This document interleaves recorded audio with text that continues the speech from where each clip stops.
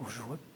Pour répondre à votre question sur la dictyologie dont vous me dites spécialiste, c'est tout simplement un équivalent, un analogue de la sociologie ou de l'épistémologie, enfin de la psychologie.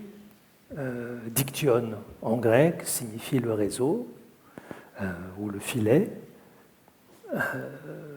C'est donc un néologisme, si l'on veut, mais forgé sur un modèle très, très ancien. Ce dont je voudrais vous parler, ce n'est pas véritablement des pratiques sur le réseau. Je crois que l'étude des pratiques est une affaire de sociologue, c'est une affaire de psychologue.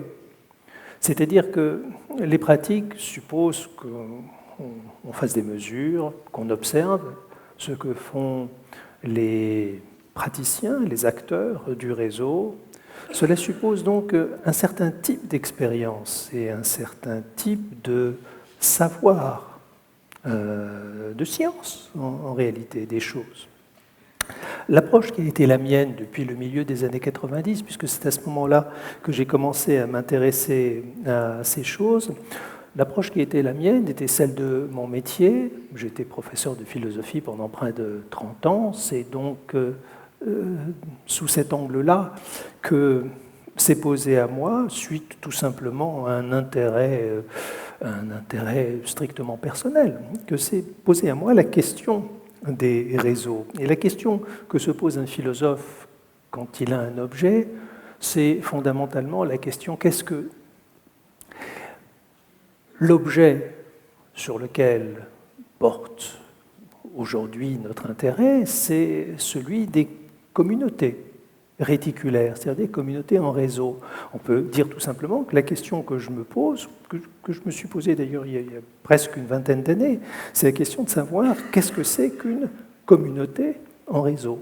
Est-ce que les schémas dont nous disposons très traditionnellement, la pensée de la communauté, la philosophie de la communauté, c'est une philosophie qui remonte à Platon, à Aristote, toute l'histoire de la philosophie politique porte sur, au moins partiellement, la notion de communauté. Est-ce que donc les schémas dont nous disposons traditionnellement, dont dispose la philosophie traditionnellement pour penser une communauté, sont applicables aux communautés en réseau?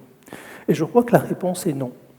Je vais essayer de vous donner quelques pistes très rapides de réflexion pour étayer cette différence que je crois importante entre ce que nous appelons traditionnellement une communauté et ce que sont les communautés réticulaires. Dans le monde de la vie, notre monde, qu'est-ce que c'est qu'une communauté? Qu'est-ce qui définit fondamentalement une communauté? C'est plusieurs choses, bien sûr. D'abord, c'est un espace. C'est un espace partagé, l'espace partagé du foyer, par exemple, l'espace partagé de la cité, dans la tradition antique, l'espace partagé de la ville, au sens des relations sociales, cet espace que nous partageons ici et maintenant. Nous formons une communauté d'intelligence, nous formons une communauté d'intérêt intellectuel, nous nous intéressons aux mêmes choses. Bref, qu'est-ce qui caractérise notre être en communauté? D'une part, ce sont les fins communes que nous nous donnons. Aujourd'hui, il s'agit de comprendre quelque chose, de décrire des situations.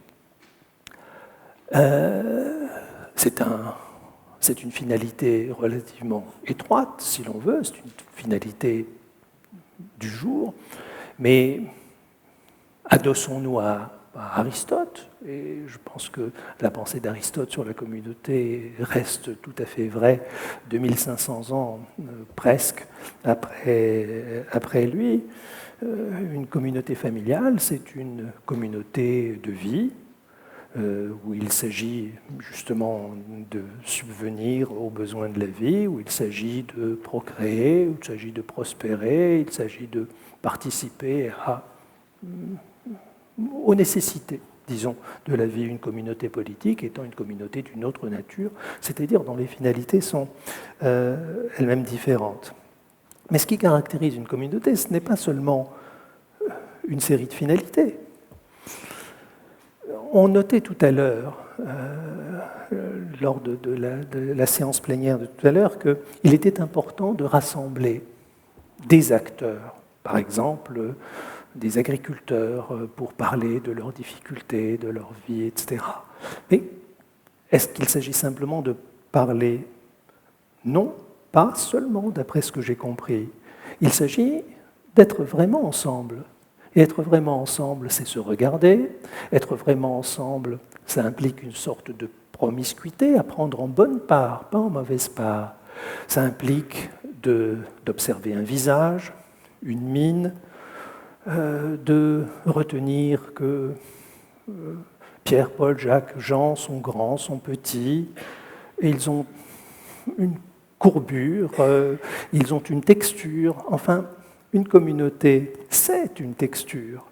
Une communauté, c'est quelque chose d'extrêmement sensible. C'est-à-dire que ce ne sont pas que des mots. Les mots surgissent dans un milieu qui, lui, est extrêmement complexe, qui est le milieu de la vie, qui est le milieu de l'expérience sensible, et j'oserais même dire de l'expérience sensuelle des autres.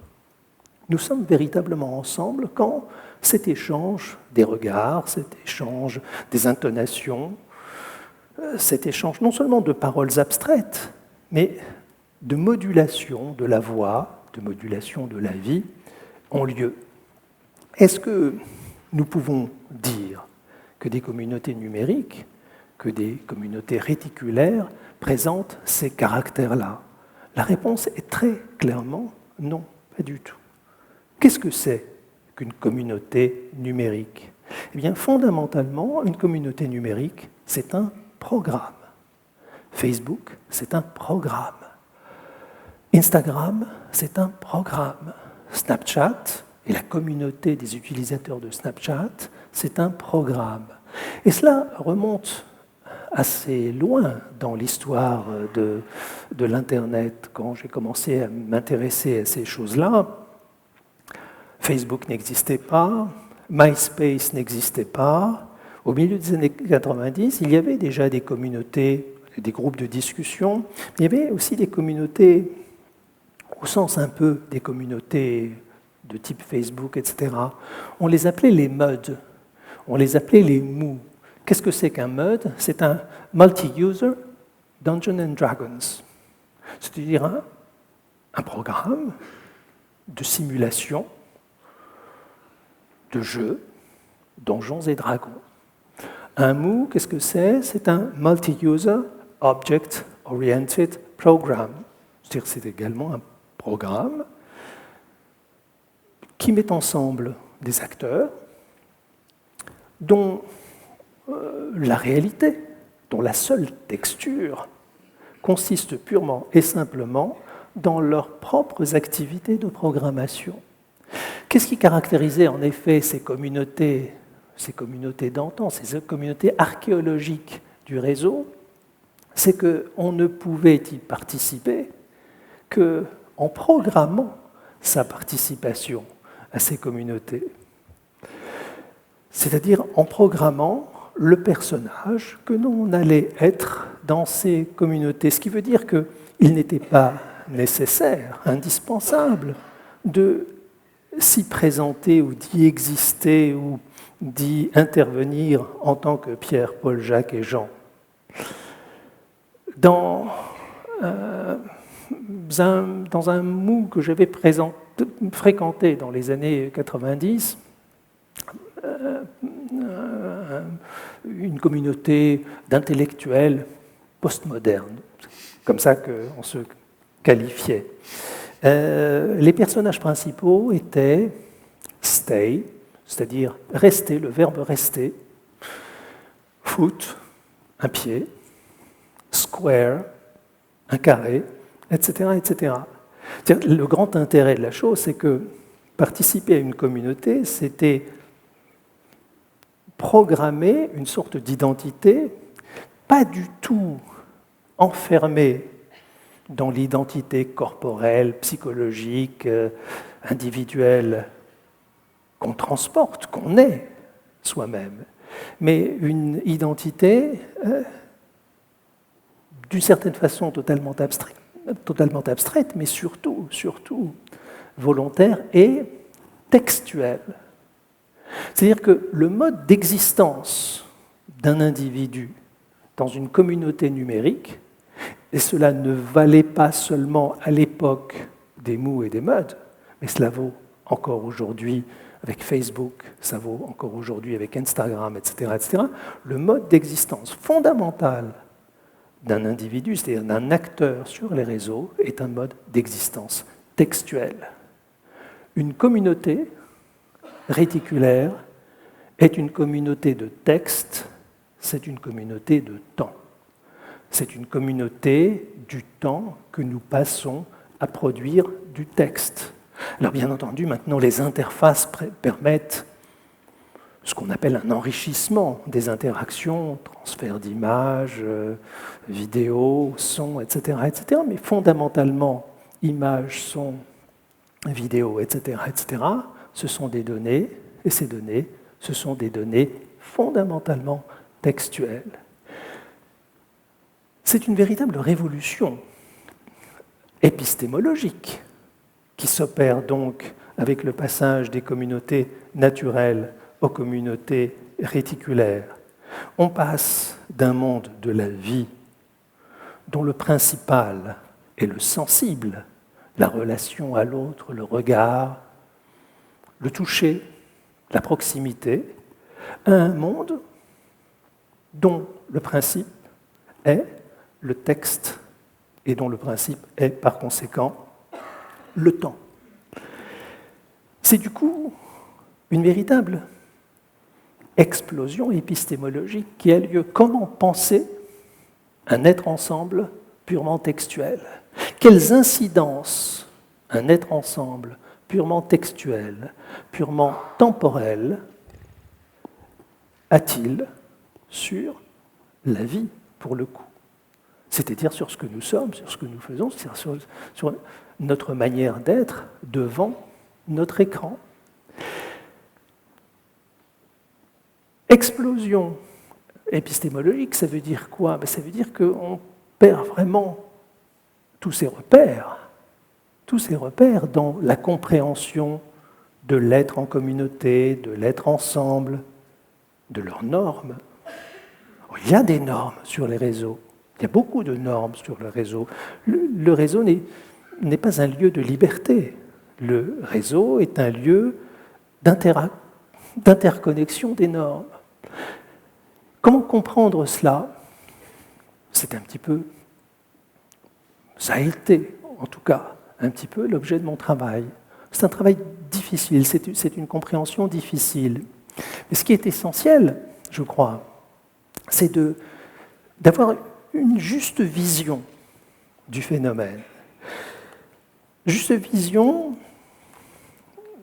d'une relation aux autres qui ne ressortit en rien à des relations spatiales.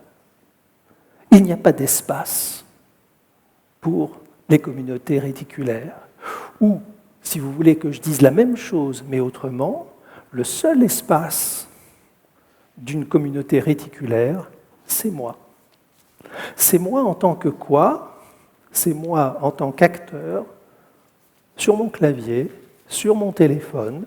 C'est moi en tant que centre de gravité d'une communauté qui n'existe pas sans connexion, déconnexion, qui n'existe pas sans le geste que j'accomplis de m'inscrire, et je prends le mot à la lettre, de m'inscrire littéralement dans un texte qui n'est pas mien.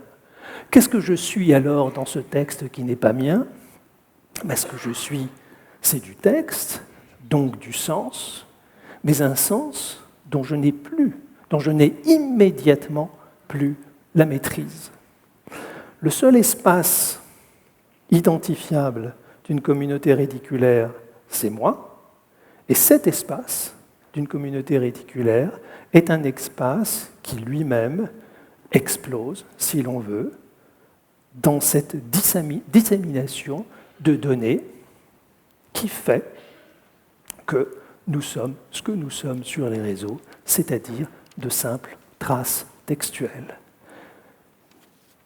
Quelle maîtrise de la chose, quelle norme, quelle tenue, quelle retenue, ce sont des questions que je vous abandonne, car mon temps est échu. Je vous remercie.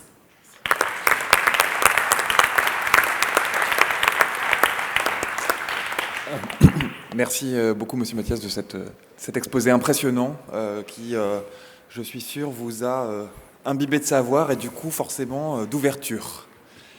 Est-ce qu'il y a des questions? On a le temps pour des questions. Je pense que ça vaut vraiment le coup de profiter de la présence de Monsieur Mathias.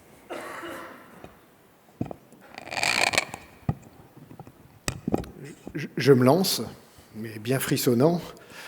Je voudrais essayer de faire écho de votre intervention avec celle de Xavier Briffaut hier, puisque lui a parlé, avec l'avènement du numérique, d'une amplification, d'une augmentation de la réflexivité, ou on peut dire de l'intersubjectivité, et vous, monsieur, vous parlez d'un saut épistémologique, d'une révolution épistémologique. Ouais.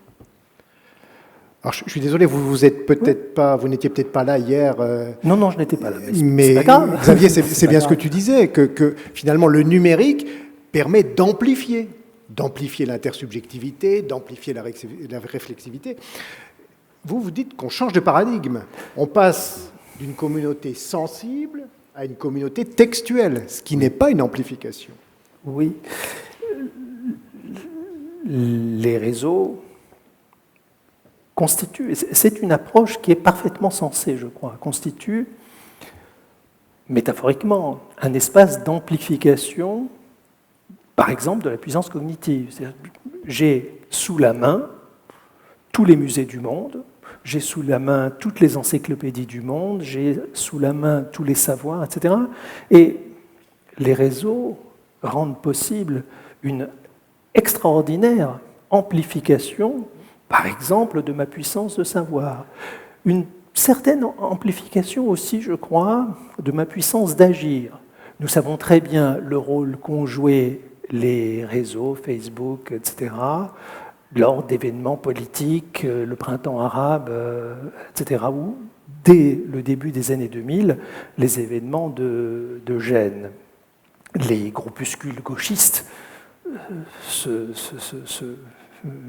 mouvant dans la ville de Gênes par SMS et donc faisant de l'outil numérique un de leurs outils de lutte politique. Donc, il est absolument incontestable que les outils réticulaires, les différentes applications, etc., que nous avons à notre disposition, amplifient énormément de choses et amplifient notre regard sur le monde. Nous pouvons apprendre à connaître une infinité de musiques différentes, etc. etc. C'est absolument incontestable.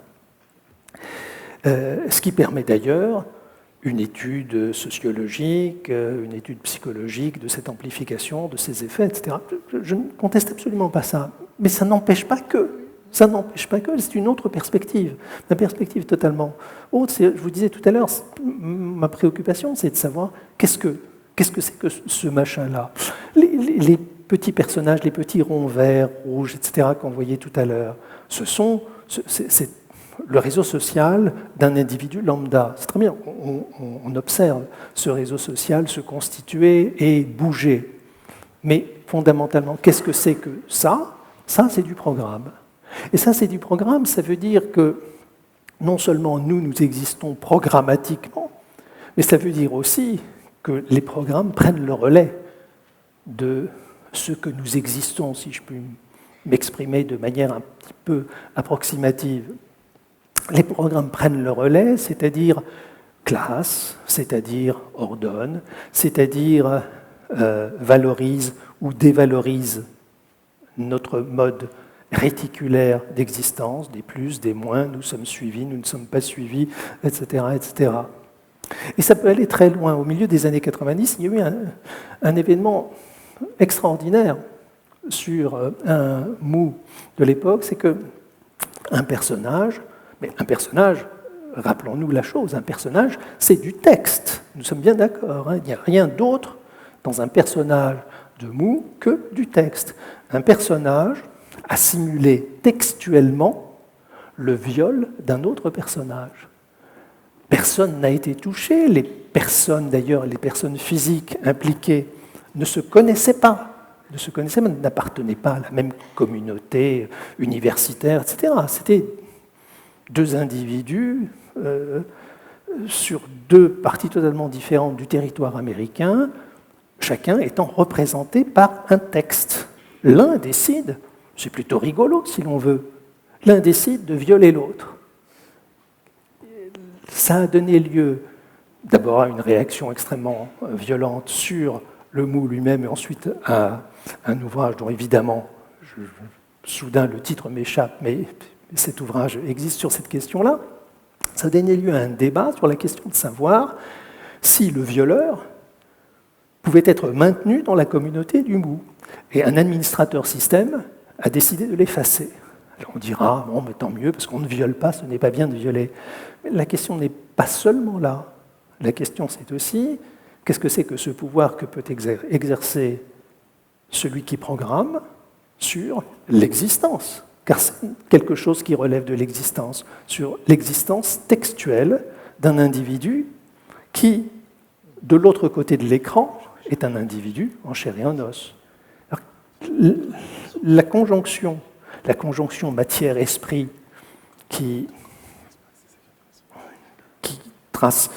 constitue le grand sillon de la métaphysique occidentale, voire sans doute de la pensée religieuse en général, mais ce grand sillon matière-esprit est réactivé ou approfondi, si l'on veut, avec cette question du mode d'existence textuel d'un individu sur les réseaux sociaux.